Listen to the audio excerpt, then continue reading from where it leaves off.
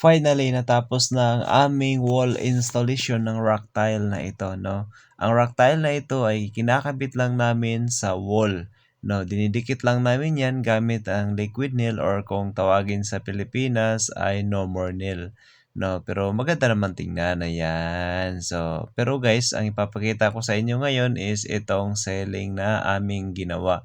So, ito yung ceiling na aming ginawa na with light, no. So, ito kung makikita nyo, yun, napakaganda po. Ayan. Yan po talaga yung mga British style, no. Yung mga very simple look pero very elegant naman ang dating.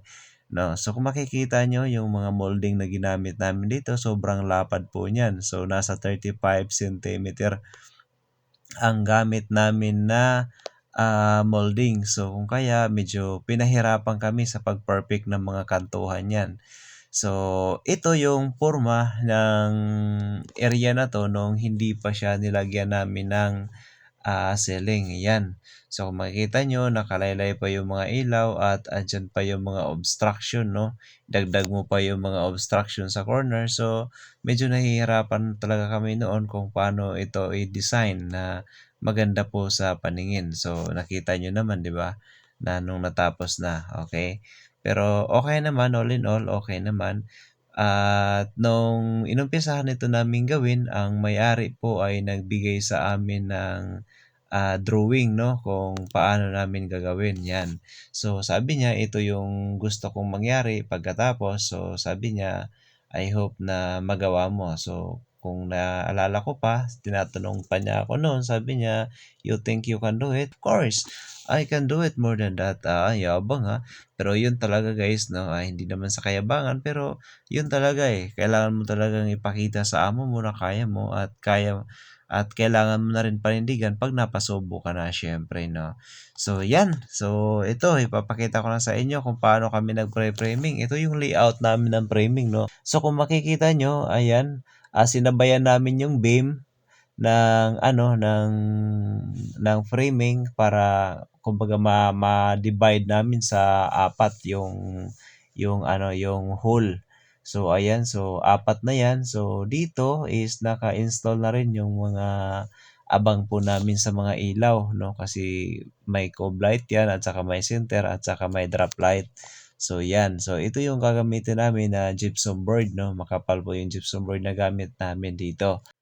Dahil tapos na ang framing, na-check na rin natin ang mga light connection guys, no, yung wiring sa electrical wiring. Kasi ang kasunod nito is laying na ng ating gypsum board, no. So dito is nag-umpisa na tayo mag-laying ng gypsum board dito, no. So pagkatapos natin may-laying yung gypsum board, ang gagawin naman ulit natin is mag-skim coat na tayo, no. Yung mga dugtungan muna, then bago natin i-skim coat lahat yan. So, yung na-skim coat yan namin lahat guys kasi yung mga gilid niyan, yung mga kantuhan ay gumagamit kami ng angle na plastic, no, para maiwasan natin ng mag-crack. Tapos importante din dito yung mga dugtungan ay lagyan natin ng kunting gap. At pagkatapos lagyan ng masilya, pagkatapos pag nalagyan ng masilya ay lagyan natin ng net, no. Yung net na tape na net na para yun ang mag-hold na hindi mag-crack-crack po yung ating mga ginagawang selling, lalo na pagka na tayo, nagpipintura na. At ito guys, nakapagpintura na tayo at nakapagkabit na din tayo ng mga ilaw, no. So kung makikita nyo, nakahang na po yung ating ball light, no. Ang susunod natin na gagawin dito is ang pagkakabit ng ating molding, no. Ayan, nakakabit ng ating molding, medyo mahirap pero okay lang kasi masyadong malapad yan, nasa 35 cm ang lapad po niyan, no. Tapos yan na rin ang ginawa nating cob light, yun. So napakaganda. At ang mga ilaw po pala na ginagamit natin dito ay mga multi-color, no? So, ang light na to is mayroon siyang sariling apps na naka-install sa cellphone. So, meaning ang mga light na to is connected sa cellphone ito, no? So, pwede mong iba-ibahin yung kulay depende sa gusto mo at pwede ka rin mag-disco dyan, no? Pwede mong gawing disco light yung ilaw na yan. So, ganun siya kaganda na light.